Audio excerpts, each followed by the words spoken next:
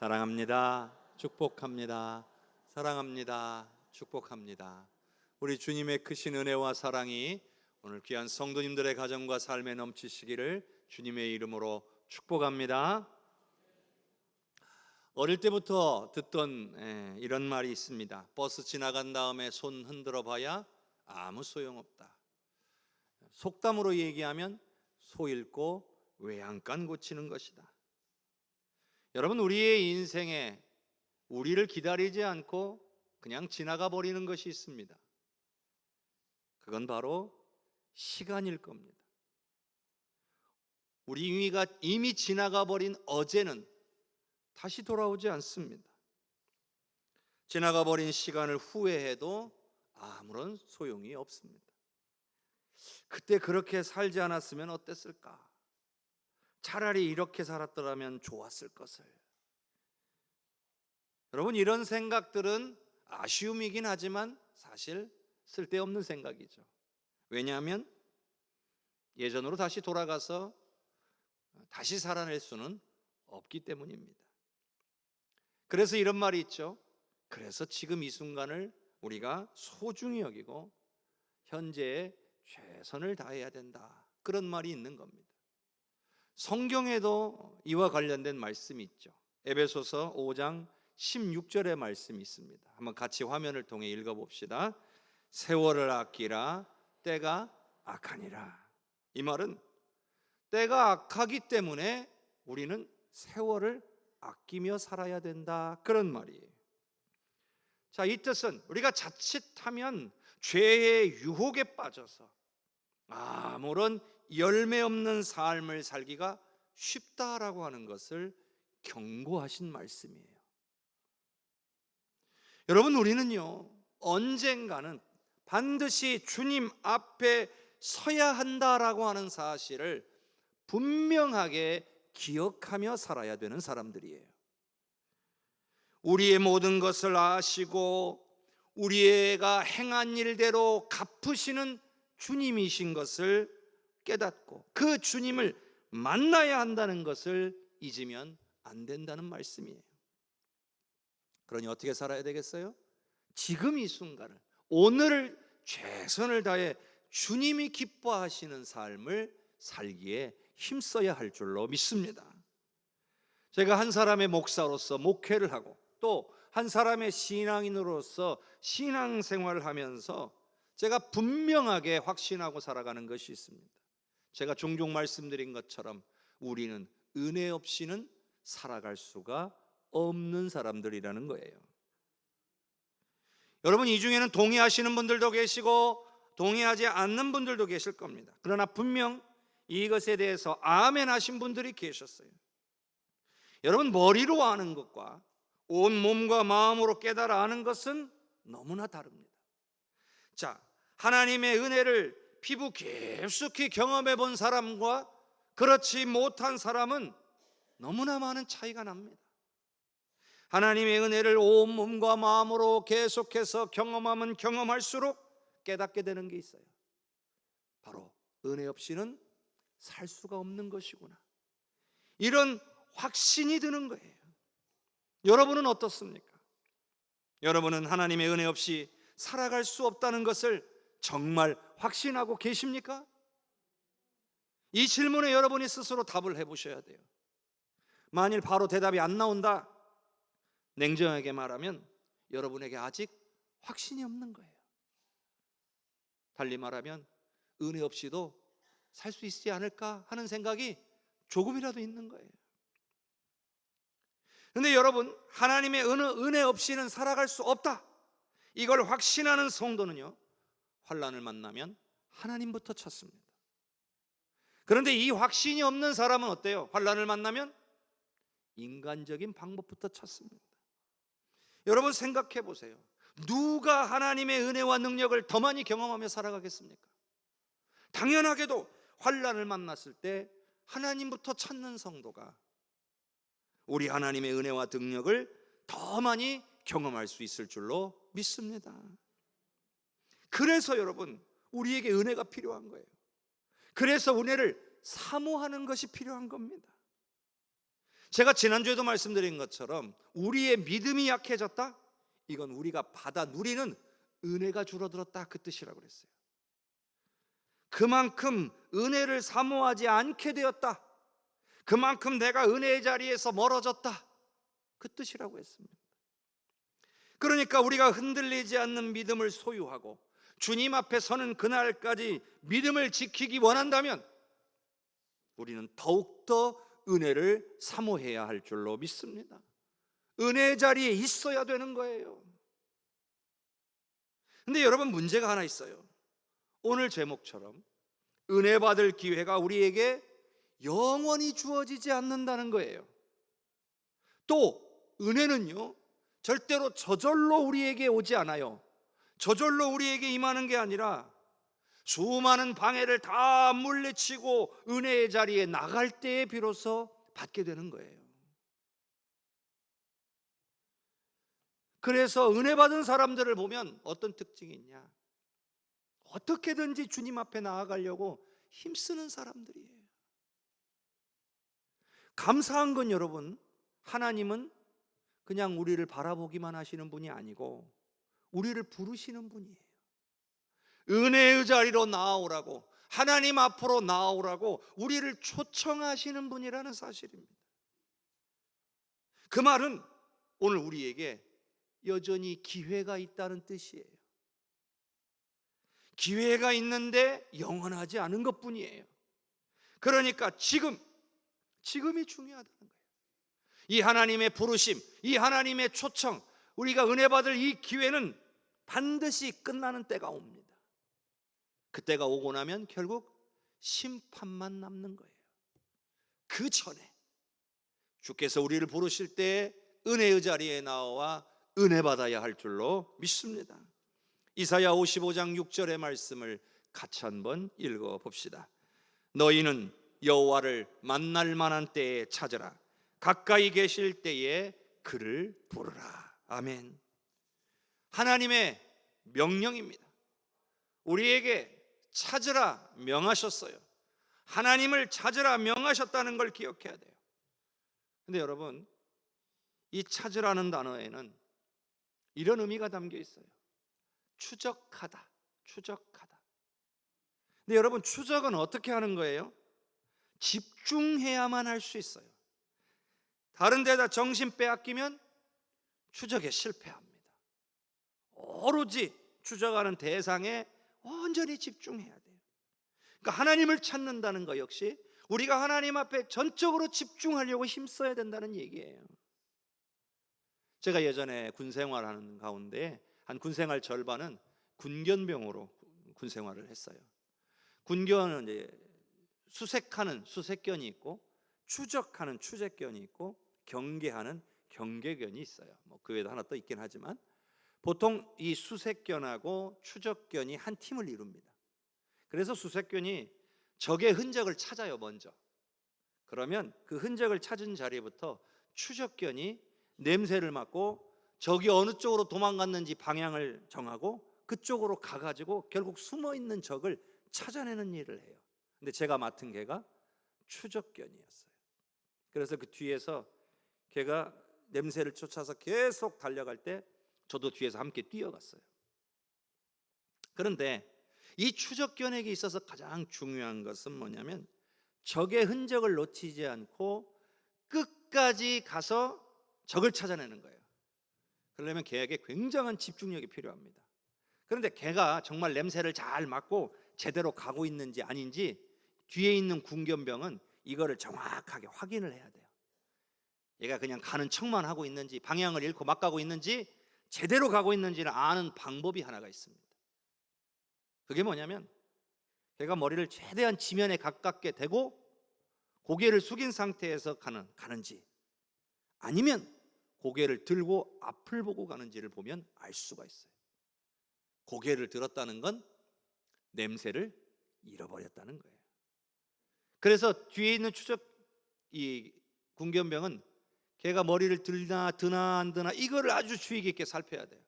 그래서 걔가 머리를 딱 들잖아요. 그럼 딱 그 자리에 멈춰야 돼요. 그래서 다시 냄새를 맡게 하고 다시 찾아서 다시 달려가도록 하는 겁니다. 놀라운 것은요, 거의 대부분 개는 그 냄새를 찾아서 숨어있는 적한테 간다는 거예요. 개의 정말 집중력, 후각이 참 놀랍잖아요. 근데 제가 왜 갑자기 개 이야기를 하느냐, 제가 오늘 말씀을 묵상하다가 제가 군생활했던 게 생각이 난 거예요. 머리를 드는 순간 추적은 실패한다는 거예요. 머리를 들었다는 것은 딴 데로 이미 정신이 빼앗겼다는 뜻이에요. 아, 그렇구나. 하나님을 찾는다는 것 역시 하나님만을 바라보기 위해서 끝까지 집중해야 되는 거구나. 자꾸 다른 데 바라보고 다른 거 생각하면, 어떤 유혹에 쉽게 넘어가 버리면 그 순간 우리는 하나님께 나아갈 수 없고 하나님을 만날 수 없는 거구나. 제가 개로 비유를 해서는 좀 그렇지만 어쨌든 하나님께 집중해야 된다는 것에 대해서 한번 깨닫게 됐습니다. 여러분 생각해 보세요. 우리가 하나님 만나는 것, 우리가 하나님께 집중하는 것에 대해서 원수마귀가 얼마나 방해하겠습니까? 하나님만 바라보지 못하도록, 자꾸 다른 데 바라보도록, 자꾸 딴 생각나게 오늘 우리를 유혹하지 않겠습니까? 그런 모든 방해를 다 물리치고 주님 앞에 집중하면서 우리에게 주어진 은혜의 기회를 붙잡아야 한다는 것입니다. 오늘 말씀도 분명히 이렇게 돼 있어요. 만날 만한 때에. 이 말은요, 하나님을 만날 수 있는 때가 제한적이라는 뜻이에요. 영원하지 않다는 뜻이에요. 또 가까이 계실 때에 그랬어요. 이 말은 뭐예요? 하나님도 가까이 계실 때도 있지만 멀리 계실 때도 있다는 거예요. 가까이 계실 때 하나님을 부르지 않으면 멀리 계실 때가 오고, 그때가 되면 아무리 주님을 불러도 주님을 만날 수가 없다는 이야기예요. 바로 지금이 우리 주님을 만날 만한 때고, 주님이 지금 우리와 가까이 계시는 때다. 그러니 지금 하나님께서 우리를 초대하고 계실 때에 그 부름에 응하라는 거예요. 그런데 여러분, 하나님이 우리를 무조건 만나 주시는 거 아니에요. 조건이 있어요. 항상 조건이. 어떤 조건이냐? 찾고 불러야 한다는 것이 조건이에요. 만날 만한 때에는 찾아야 하고 가까이 계실 때에는 부르라는 거예요. 만날 만한 때고, 그리고 가까이 계심에도 불구하고 찾고 부르지 않으면 우리는 하나님을 만날 수가 없어요. 자, 그러면 여러분, 찾는 자와 찾지 않는 자, 부르는 자와 부르지 않는 자, 여기에는 어떤 차이가 있을까요?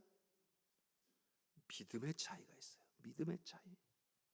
하나님에 대한 갈급함의 차이가 있어요. 믿음이 있으면 찾고 부르게 되어 있고, 믿음이 없으면 어때요? 찾지 않고 부르지 않는 거예요. 갈급함이 있으면 찾고 부르게 되어 있지만, 갈급함이 없으면 찾지 않고 부르지 않게 되는 거예요. 근데 여러분, 하나님이 나를 얼마나 사랑하시는지를 믿는 자가 찾고 부르게 되어 있는 거예요. 하나님이 얼마나 크신 능력을 갖고 계시는지를 믿는 자가 하나님을 찾고 부르게 되어 있는 거예요. 그래서 하나님은 오늘 우리에게 찾고 부르라고 말씀하시는 거예요. 그래서 하나님께로 나와서 하나님이 주시는 은혜를 받으라는 거예요. 앞서 제가 찾는다는 말에는 집중한다는 뜻이 들어있다고 했어요. 그러면 이 부르라고 하셨는데, 부른다는 말에는 어떤 의미가 담겨 있냐면 큰 목소리로 라는 의미가 담겨져 있어요. 갈급할수록, 다급할수록 우리의 목소리는 커지게 돼 있어요. 물에 빠져 죽어가는 사람이 살려주세요 하는 사람 없어요. 그죠? 큰 소리로 살려주세요 하고 외치는 거예요. 사람 시선 의식하고 체면 생각하면 소리는요 작아져요. 그런데 하나님께 집중하고 하나님의 도우심과 만지심을 간절히 사모하고 하나님만이 나를 도우실 수 있다라는 확신을 갖고 있으면 정말 큰 소리로 하나님 앞에 부르짖을 수밖에 없을 거예요. 간혹 그런 분들이 계시죠. 큰 소리로 기도해야만 하나님이 더 잘 들어주십니까? 작은 소리로 기도해도, 혹은 속으로 기도해도 간절하고 진실되게 구하면 하나님께서 들어주시지 않겠습니까? 맞습니다. 들어주십니다. 어떻게 구해도 크게 구하든 작게 구하든 하나님은 우리의 중심을 아시고 우리의 마음을 아시고 우리의 필요를 아시니까 우리의 간구에 분명히 응답하시는 분이에요. 큰 소리로 구하는 건 맞고 작은 소리로 기도하는 건 잘못되었다, 이런 뜻 없어요.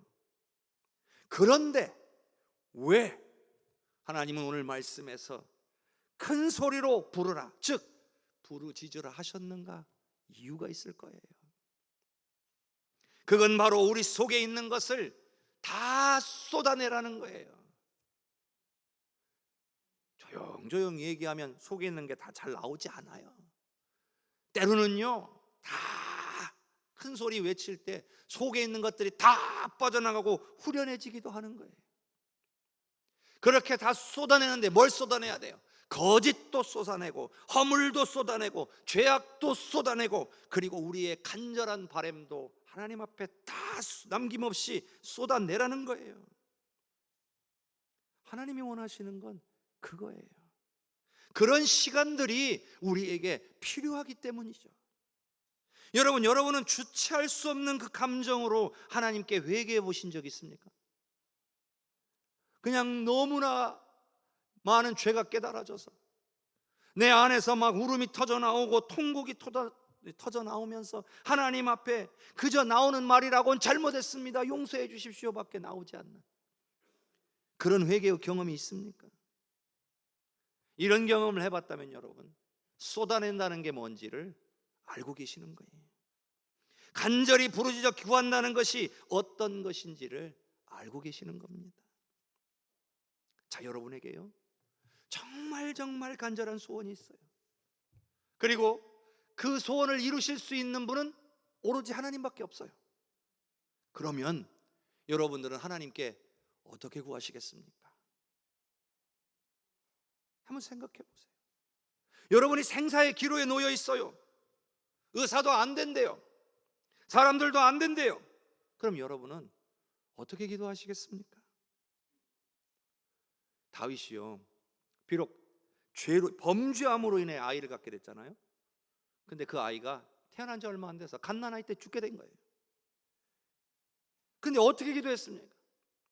얼마나 울며 부르짖었는지 침상이 뜰 정도가, 눈물에 뜰 정도가 되었대잖아요. 여러분, 하나님께서 주신 말씀입니다. 찾으라 하셨으니까 하나님께 집중해서 하나님만을 찾고 부르시기를 바랍니다. 하나님이 부르라 하셨으니까 그대로는 큰 소리로 부르짖어 하나님 앞에 구할 수 있는 모든 성도님들 되시기를 바랍니다. 이사야 55장 7절을 함께 읽겠습니다. 악인은 그의 길을, 불의한 자는 그의 생각을 버리고 여호와께로 돌아오라. 그리하면 그가 긍휼히 여기시리라. 우리 하나님께로 돌아오라. 그가 너그럽게 용서하시리라. 찾고 부르면 되는데 한 가지 주의사항이 있네요. 주의사항. 우리가 약을 먹거나 사용할 때도 제일 먼저 읽어야 되는 게, 해야 되는 일이 뭐예요? 주의사항을 먼저 읽어보는 거예요. 찾고 부르짖는다고 해서 하나님이 무조건 만나 주시냐? 그건 또 아니에요. 주의사항, 조건이 있다는 거예요. 그게 뭐냐면 하나님을 찾고 부르짖는 과정에서 반드시 회개의 시간이 있어야 한다는 거예요. 죄는 하나님과 우리 사이의 장애물이, 죄는 우리가 하나님을 만나지 못하게 막아요. 하나님이 우리에게 역사하시지 못하도록 막는 거예요. 그러니까 은혜를 받기를 원한다면, 우리 삶에 하나님의 역사가 나타나기를 원한다면 반드시 죄를 해결해야 돼요. 그리고 감사하게도 오늘 저와 여러분에게는, 예수 믿는 우리에게는 회개라고 하는 놀랍고 은혜로운 방법이 이미 우리에게 주어져 있다는 사실이에요. 자, 역대하 7장 14절을 같이 한번 읽어봅시다. 내 이름으로 일컫는 내 백성이 그들의 악한 길에서 떠나 스스로 낮추고 기도하여 내 얼굴을 찾으면 내가 하늘에서 듣고 그들의 죄를 사하고 그들의 땅을 고칠지라. 아멘. 우리가 회개하면 하나님이 용서하시고 고치신다고 말씀하여 주신 줄로 믿습니다. 그런데 이 회개의 과정은요, 단순한 뉘우침이나 죄의 고백을 뛰어넘는 거예요. 오늘 말씀에 보니까, 본문에 보니까 악인은 그의 길을 버려야 하고 불의한 자는 그의 생각을 버려야 한다라고 말씀하셨어요. 버리는 행위가 필요해요. 그러면 누가 악인이고 누가 불의한 자일까요? 여러분, 예수 믿으면 의인이고 예수 안 믿으면 악인입니까? 그렇게만은 볼 수 없습니다. 오히려 예수님을 믿는다라고 하면서도 하나님께 나아오지 않고 자신의 육신의 만족과 풍요만을 위해 이기적이고 세속적인 삶을 살아가는 사람들, 하나님 보시기에는 그 사람이 더 악인인 거예요. 기회가 주어졌는데, 은혜가 주어졌는데 그걸 외면하는 사람들이 더 악인인 거예요. 그래서 하나님은요, 버리고 돌아오라고 하시는 거예요. 악한 길과 불의한 생각을 버리라는 거예요. 그리고 돌아오라는 거죠. 근데 여러분, 악한 길과 불의한 생각을 버리는 것은 소극적인 회개예요. 버리는 것에 불과하니까요. 근데 적극적인 회개는 뭐냐면 방향을 돌려서 하나님께로 향하는 거예요. 여기까지 돼야 진정한 회개가 되는 거예요. 버리는 것만으로는 부족한 이유가 뭐냐면 방향의 문제예요. 방향이 잘못되어 있으면 아무리 내가 지금 은혜 받고 이걸 다 버렸어도 그 방향 때문에 또다시 죄를 저지를 길이 많아지는 거예요. 언제든 죄악의 길로 돌아갈 수 있어요. 그러니까 방향도 바꿔야 돼요. 하나님을 찾고 부르짖는 방향으로 바꿔야 한다는 거예요. 말씀을 듣고 죄를 깨닫고 죄를 버리겠노라고 하나님께 고백했어도 하나님을 찾고 부르짖는 삶의 변화가 일어나지 않으면 언제든 다시 죄악의 길로 돌아갈 수 있다는 것을 반드시 기억하시기를 바랍니다. 여러분, 우리에게는요, 하나님이 예비하신 회개의 기회가 있어요. 여러분, 죄를 깨닫는 것은 회개하라는 신호예요, 신호. 죄가 죄인 줄 모르는 사람은요, 회개 못합니다. 죄라는 걸 인식하지 못하니까요. 그러나 죄라는 걸 깨달은 사람은 빨리 그 죄를 해결하라고 성령께서 깨닫게 하신 거예요.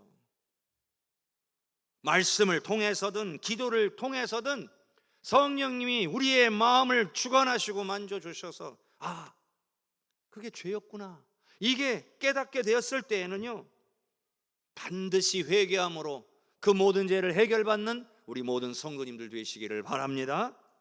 이사야 55장 8절과 9절을 함께 읽겠습니다. 이는 내 생각이 너희의 생각과 다르며 내 길은 너희의 길과 다름이니라. 여호와의 말씀이니라. 이는 하늘이 땅보다 높음같이 내 길은 너희의 길보다 높으며 내 생각은 너희의 생각보다 높음이니라. 아멘. 우리가요, 은혜의 기회를 놓치는 중요한 이유 가운데 하나는 우리의 지식과 우리의 경험을 대단한 것으로 여기기 때문입니다. 평생을 살아오면서 경험한 것들, 그 중에서도 반복적으로 경험한 것들은 사람이요, 거의 확신합니다. 이건 틀림없다. 왜? 내가 살면서 경험했으니까. 그것도 한두 번이 아니라 여러 번. 근데 여러분, 그럼에도 하나님은 아니라고 하실 수 있다는 것을 우리 신앙인들은 인정해야 할 줄로 믿습니다. 내 생각에는 100% 이게 맞아. 근데 하나님이 아니라고 하실 수 있다는 말이에요. 전능하신 하나님의 뜻과 일하시는 방식은요, 때로는 우리의 상상을 초월합니다. 생각조차 못한 방식으로 역사하실 때가 있어요. 말하자면 말도 안 되는 일이 일어나는 거예요. 그런데 우리의 생각이 옳다라고 어떻게 주장할 수 있습니까? 우리의 작은 머리로 하나님께서 하시는 일을 예측하고 판단하려고 하니까 문제가 되는 거예요. 오늘 말씀 중에도 이렇게 돼 있죠. 하나님의 생각과 우리의 생각이 다르고 하나님의 길과 우리의 길이 다르다라고 있어요. 그러면 하나님의 생각은 무조건 옳고 내 생각은 잘못됐어요, 하나님과 길은, 우리의 길은 달라요, 이런 뜻입니까? 아니에요. 이 말은 하나님과 우리에는 차이라는 게 존재해요. 차이. 말하자면 그래서 그 뒤에 뭐가 나와요? 하나님의 길이 우리의 길보다 높고 하나님의 생각도 우리의 생각보다 높다는 거예요. 한마디로 차원이 다르다 그 말이에요. 근데 여러분, 이 차이를 인정하지를 못하면 어떻게 되냐? 은혜의 기회를 놓쳐버려요. 말하자면 찾아야 될 때 찾지를 못하고 불러야 될 때 부르지 못하게 되는 거예요. 그러니까 은혜 받을 수가 없는 거죠.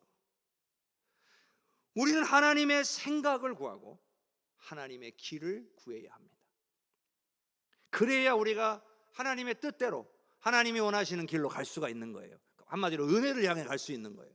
그런데 하나님의 생각을 구하지 않고 하나님의 길도 구하지 않는 사람은 어떻게 될까요? 자신의 생각대로 사는 거예요. 자신의 길로 걸어가요. 자, 그러면 하나님의 은혜를 누릴 수 있겠어요? 없겠어요? 없는 거예요. 실제로 수많은 신앙인들이 이런 실수를 반복하면서 살아갑니다. 그런데 뭐가 문제인지도 모른 채 살아가는 신앙인들도 많다는 거예요. 사랑하는 성도 여러분, 은혜의 기회를 붙잡으려면 중요한 것이 있습니다. 그건 은혜의 자리로 나아가고자 하는 결단이 필요하다는 거예요. 하나님을 찾고 부르짖는 것도, 참된 회개를 하는 것도, 하나님의 생각과 길을 구하는 것도 다 어디서 하는 일이에요? 은혜의 자리에서 하는 일이에요. 그러니까 우리는 어떻게 해서든지 모든 방해를 물리치고 은혜의 자리로 가야 되는 거예요. 그게 교회면 좋겠죠. 그게 안 되면 가정에서라도 어디서든지 내가 은혜를 누릴 수 있는 은혜의 자리가 있어야 되는 거예요. 혼자서도 얼마든지 하나님 찾고 부를 수 있죠. 혼자서도 얼마든지 참된 회개의 시간 가질 수 있어요. 혼자서도 얼마든지 하나님의 생각과 길을 구해서 응답받을 수 있어요. 그런데 같이 하면 더 쉬워요.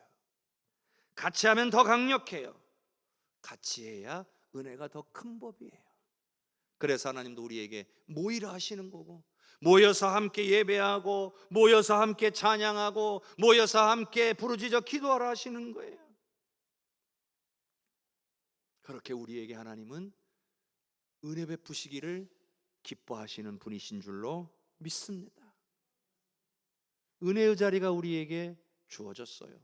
물론 평소에도 우리는 은혜의 자리가 우리 주변에 얼마든지 있어요. 하지만 특별한 은혜의 자리가 이번에 준비되었어요. 2년간 진행해온 3년째, 올해로 3년째 다니엘 기도회에 우리가 참여하게 될 겁니다.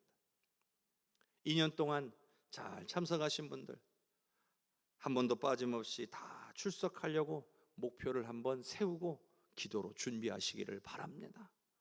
또 형편상 다는 참석 못하실 것 같다. 그러면 할 수 있는 한 최선을 다해서 참석하시고, 못하는 날은 어떻게 하면 돼요? 인터넷이나 핸드폰이나 이런 걸로 얼마든지 보실 수 있어요. 나는 아예 못 온다, 상황이 안 되고 형편이 안 돼서, 그러면 가정이나 계신 곳에서 함께 하실 수 있어요. 누구는 은혜의 자리에, 은혜의 시간에, 은혜의 자리에 와서 은혜 받고 있는데, 누구는 드라마 보고 있고, 누구는 세상 사람들과 놀고 있고, 누구는 잠들어 있는 것은 누가 손해일까요? 하나님의 부르심에, 하나님의 초청에 응답하고 은혜 받을 사람은 누구일까요? 기회를 놓치지 마시기 바랍니다. 기회는 영원하지 않아요. 오늘 우리를 위하여 하나님께서 큰 은혜를 예비하신 줄로 믿습니다. 그 모든 은혜를 받아 누리시는 우리 성도님들 되시기를 주님의 이름으로 축복합니다.